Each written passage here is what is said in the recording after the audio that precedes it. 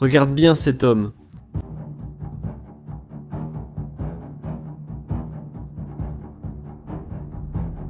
C'est Denis Kapoustine, 41 ans, commandant du corps des volontaires russes. Vladimir Poutine le considère comme un ennemi personnel. Pour cette raison, la Russie a mis une prime de 500 000 $ sur sa tête. C'est alors que, le 27 décembre 2025, la Russie a finalement réussi. Denis Kapoustine a été tué par un drone à vue à la première personne alors qu'il montait dans une camionnette dans la région de Zaporijia. Les caméras des drones ont tout capturé. L'attaque, l'impact, le véhicule en flammes. La Russie a reçu les images, a confirmé la mort et a payé les 500 000 $. Mais 5 jours plus tard, le 1er janvier 2026, Denis Kapoustine est apparu vivant, souriant, aux côtés du chef du renseignement ukrainien.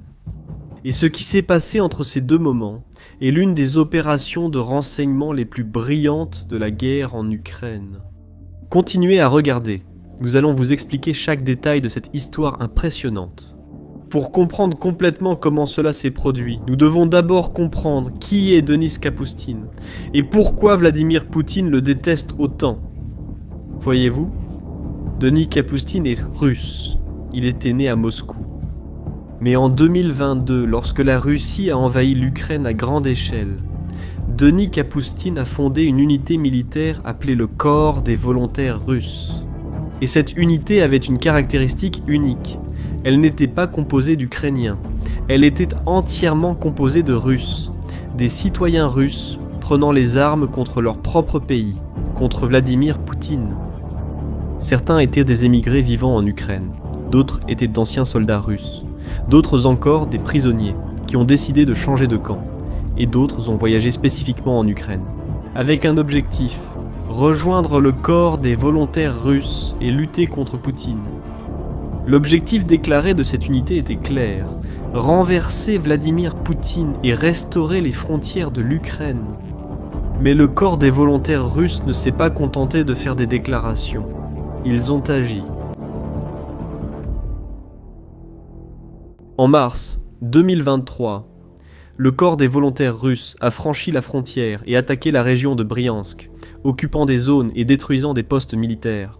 En mai, ils ont répété cela dans la région de Belgorod, des Russes attaquant le territoire russe. Pour le Kremlin, c'était plus qu'une défaite militaire, c'était une humiliation. Comment expliquer à la population russe que des Russes attaquaient la Russie ? Vladimir Poutine est obsédé par Denis Kapoustine. C'est alors que, en mars 2023, la Russie a inscrit Kapoustine sur une liste spéciale, la liste fédérale des terroristes et extrémistes. Être sur cette liste est quelque chose que personne ne veut, car cela signifie la prison à vie. Un tribunal militaire russe a condamné Kapoustine à la prison à vie, mais il se trouvait en Ukraine, hors de portée de la justice russe. Alors, la Russie a décidé de prendre des mesures différentes. Les services secrets russes ont reçu l'ordre d'éliminer Denis Kapoustine à tout prix. Mais Vladimir Poutine ne voulait pas seulement qu'il meure, il voulait des preuves, il voulait en être absolument certain. C'est pourquoi la Russie a fait quelque chose d'inhabituel. Ils ont offert une récompense de 500 000 $ à quiconque réussirait à tuer Denis Kapoustine et à prouver qu'il était mort. Ce n'est pas une petite somme, c'est le genre de montant qui attire des tueurs professionnels expérimentés, des personnes prêtes à prendre d'énormes risques. Et c'est exactement ce qui s'est passé. Les services de renseignement militaire ukrainiens, connus sous le sigle Direction principale du renseignement, ont commencé à détecter quelque chose, des mouvements étranges, des gens posant des questions sur Denis Kapoustine, où il se trouvait, avec qui il voyageait, quel véhicule il utilisait. Ce n'étaient pas des questions anodines, c'était de la surveillance professionnelle. Un réseau d'espions russes opérait à l'intérieur de l'Ukraine avec un objectif très précis. Tuer Denis Kapoustine et récupérer la récompense. Le direction principale du renseignement a identifié ce réseau, a identifié les espions, et à ce moment-là, ils ont dû prendre une décision. Ils pouvaient simplement arrêter ces espions, protéger Denis Kapoustine, éliminer la menace. Mais ils ont décidé de faire quelque chose de complètement différent, quelque chose de bien plus ambitieux. Ils ont décidé de transformer cette menace en une opportunité et de ne pas empêcher l'assassinat. Ils ont décidé de simuler l'assassinat. Tromper la Russie, exposer tout le réseau d'espions, prendre les 500 000 $ et utiliser cet argent contre la Russie elle-même. Pour réussir, le direction principale du renseignement devait créer quelque chose de parfait et totalement convaincant. Il devait faire croire à la Russie, sans aucun doute, que Denis Kapustin était mort. Et comment faites-vous cela ? Comment convaincre les services secrets russes ? Eh bien, il vous faut des preuves impossibles à nier. Et de nos jours, avec la façon dont la guerre est menée, il n'existe qu'un seul type de preuve qui soit totalement acceptée. Vidéo de drone. Un drone comme celui-ci est petit, de la taille d'une boîte à chaussures, mais il est extrêmement rapide et peut voler à plus de 150 km/h. La caractéristique cruciale est la caméra frontale, qui transmet des images en temps réel au pilote. Il voit exactement ce que le drone voit, sans aucun délai. Pendant la guerre en Ukraine, tant les forces ukrainiennes que russes ont commencé à utiliser ces drones de manière dévastatrice. Ils placent des explosifs sur les drones, de petites charges explosives mais puissantes, puis pilotent ces drones directement contre des cibles, des chars, des véhicules, des tranchées. Le pilote guide le drone en utilisant les images de la caméra et, à la dernière seconde, il fait s'écraser le drone directement sur la cible. L'explosion détruit le drone et la cible, tout est filmé. C'est essentiel. La caméra saisit chaque seconde et chaque mètre de l'approche. Ces vidéos sont devenues extrêmement importantes. Elles sont devenues une sorte de véritable monnaie dans la guerre. Lorsqu'un commandant militaire veut prouver qu'il a détruit un char ennemi, il montre la vidéo du drone. Pour confirmer l'élimination d'une personne importante, les services de renseignement montrent la vidéo du drone. Et la Russie fait confiance à ces vidéos. Ils font confiance parce qu'il est très difficile de falsifier ces vidéos de manière convaincante. Ou du moins, c'est ce que les Russes pensaient. Les services de renseignement ukrainiens ont décidé de prouver qu'ils avaient tort. Ils ont décidé de créer une fausse vidéo d'une attaque de drone contre Denis Kapustin. Mais il fallait que ce soit parfait. La moindre erreur, et les analystes russes s'en rendraient compte. L'opération a été planifiée méticuleusement pendant plus d'1 mois. La Russie a soigneusement choisi l'endroit, une route de terre dans la région de Zaporijia, un lieu isolé, un endroit où il était logique que Denis Kapustin se trouve. Ils ont positionné une camionnette et ont alors commencé les préparatifs pour filmer. Détail crucial, ils ont utilisé 2 drones. Le premier simulerait l'attaque en enregistrant tout, et voici quelque chose qui rend cette opération encore plus impressionnante. Denis Kapustin était réellement présent sur place. Cela n'a pas été fait avec une doublure, ni avec un acteur, ni avec un mannequin. Mais bien sûr, le drone ne transportait pas d'explosifs réels. Il n'y avait aucune charge explosive, c'était juste un drone ordinaire. Mais les Russes, qui verraient la vidéo plus tard, ne le sauraient pas. Pour eux, cela ressemblerait exactement à une véritable attaque. Et ensuite, vient la partie la plus technique de toute l'opération. Au moment crucial, à l'instant précis où le drone devait percuter la camionnette, la transmission vidéo a été coupée. L'écran est devenu noir. Et c'est important. Quand un drone explose, la caméra s'arrête instantanément à l'impact. Puis le second drone intervient. Ce second drone avait un tout autre rôle. Il n'attaquait pas, il filmait simplement. Il a enregistré la camionnette déjà détruite et en flammes, car oui, les flammes étaient bien réelles. L'unité de réalisation a vraiment mis le feu au véhicule. Ils ont incendié complètement la camionnette pour créer les images finales. Une fois les 2 vidéos soigneusement montées, le résultat semblait indiscernable d'une véritable attaque. D'abord, vous voyez le drone s'approcher de la camionnette, vous voyez Denis Kapustin ouvrir la porte, vous le voyez entrer dans le véhicule, vous voyez le drone de plus en plus près, et puis impact. Écran noir, coupure. Dans la 2e vidéo, la camionnette en flammes, destruction totale. Si tu ne savais pas que c'était une mise en scène, tu y croirais sans hésiter, c'était parfait. Et puis est arrivée la partie la plus risquée de toute l'opération, l'annonce.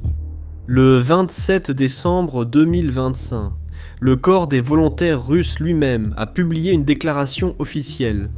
Kapustine avait été tué.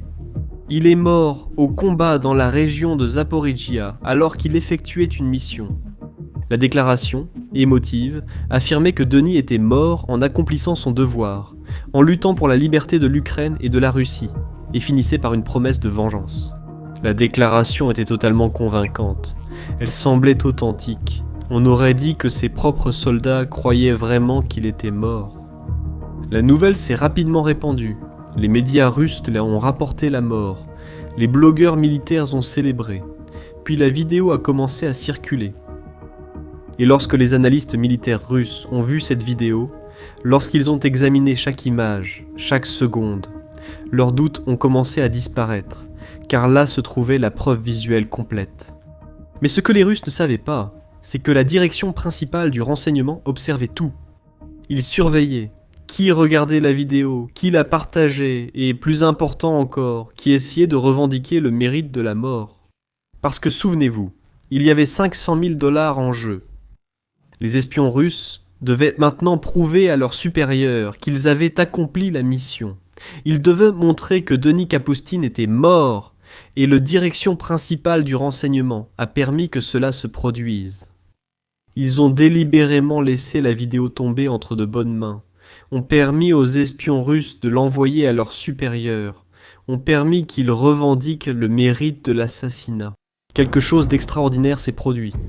La Russie a payé 500 000 $ qui ont été transférés, probablement en utilisant des monnaies numériques, comme le Bitcoin pour éviter d'être traqués, et la direction principale du renseignement attendait. Ils ont intercepté le paiement, saisi l'argent. Les 500 000 $ que la Russie avait proposés se trouvaient maintenant dans les coffres des services de renseignement ukrainiens. À ce moment, l'opération était terminée. La direction principale du renseignement aurait pu s'arrêter là, mais ils ont décidé d'aller plus loin. Bien plus loin. Ils ont décidé d'humilier publiquement la Russie devant le monde entier.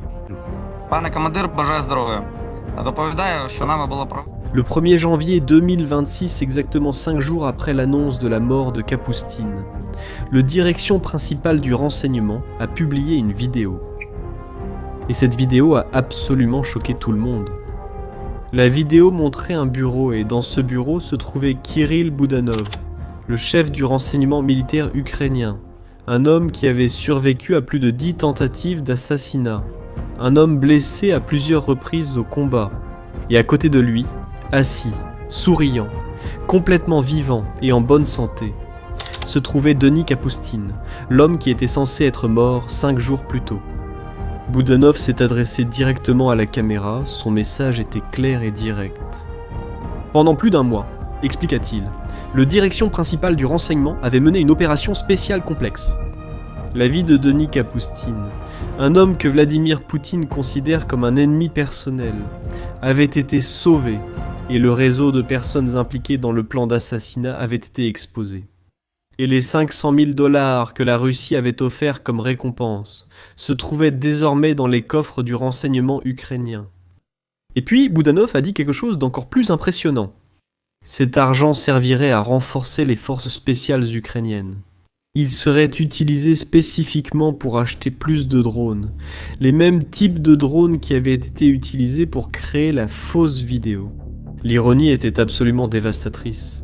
La Russie avait essentiellement financé les armes qui seraient utilisées contre elle-même. Avec 500 000 $, l'Ukraine peut acheter plus de 1000 drones, chaque drone coûtant entre 400 et 500 $. 1000 nouveaux drones, qui peuvent détruire des centaines de véhicules blindés et changer le cours de batailles entières. La réaction russe a été de choc et de colère. Des blogueurs ont supprimé leurs publications. La confiance dans les services de renseignement russes a été ébranlée. Et c'est exactement ce que l'unité de réalisation voulait. Dans une guerre de l'information, détruire la confiance de l'ennemi est fondamental, mais cette opération a eu des conséquences qui vont bien au-delà. Cette opération a modifié la politique ukrainienne. Faites attention aux dates. Le 1er janvier 2026. C'est le jour où Kirill Budanov a révélé l'opération au monde. Et seulement 1 jour plus tard, le 2 janvier 2026, le président de l'Ukraine, Volodymyr Zelensky, a fait une annonce officielle. Boudanov a été promu chef du cabinet du président, l'un des postes les plus puissants d'Ukraine. En pratique, le deuxième homme le plus puissant du pays. L'opération Kapustine a été essentiellement la démonstration finale des capacités de Boudanov. Pensez à ce qu'il a réussi à accomplir avec cette seule opération. Il n'a pas seulement sauvé une vie, il a transformé une menace d'assassinat en une victoire stratégique à plusieurs niveaux. Pour Denis Kapustine, l'opération signifiait rester en vie pour se battre un autre jour. Il reste actif en tant que commandant du corps des volontaires russes. Il continue de planifier des opérations contre la Russie. Et maintenant, il porte avec lui une histoire qui fait de lui presque une figure légendaire. L'homme qui est mort et ressuscité. L'homme qui a personnellement trompé Vladimir Poutine. Et les 500 000 $, ils sont utilisés, exactement comme Boudanov l'a promis, pour acheter des drones. La réserve ukrainienne russe a officiellement annoncé que les fonds ont été attribués à l'unité spéciale Timur, qui est l'unité sous laquelle opère le corps de volontaires russes. Ces drones seront utilisés lors des prochaines opérations militaires ukrainiennes. Cette opération montre parfaitement comment fonctionne réellement la guerre moderne. Il ne s'agit pas seulement de chars roulant sur les champs de bataille, il ne s'agit pas seulement d'artillerie tirant des projectiles, il ne s'agit pas seulement de soldats affrontant d'autres soldats, il s'agit d'intelligence. Et maintenant, je veux connaître votre avis. Qu'est-ce qui vous a le plus impressionné dans cette opération ? Laissez votre réponse ici dans les commentaires. Et si vous avez trouvé cette histoire incroyable, partagez cette vidéo avec vos amis. Abonnez-vous à la chaîne pour ne pas manquer les prochaines histoires impressionnantes du monde militaire. À la prochaine.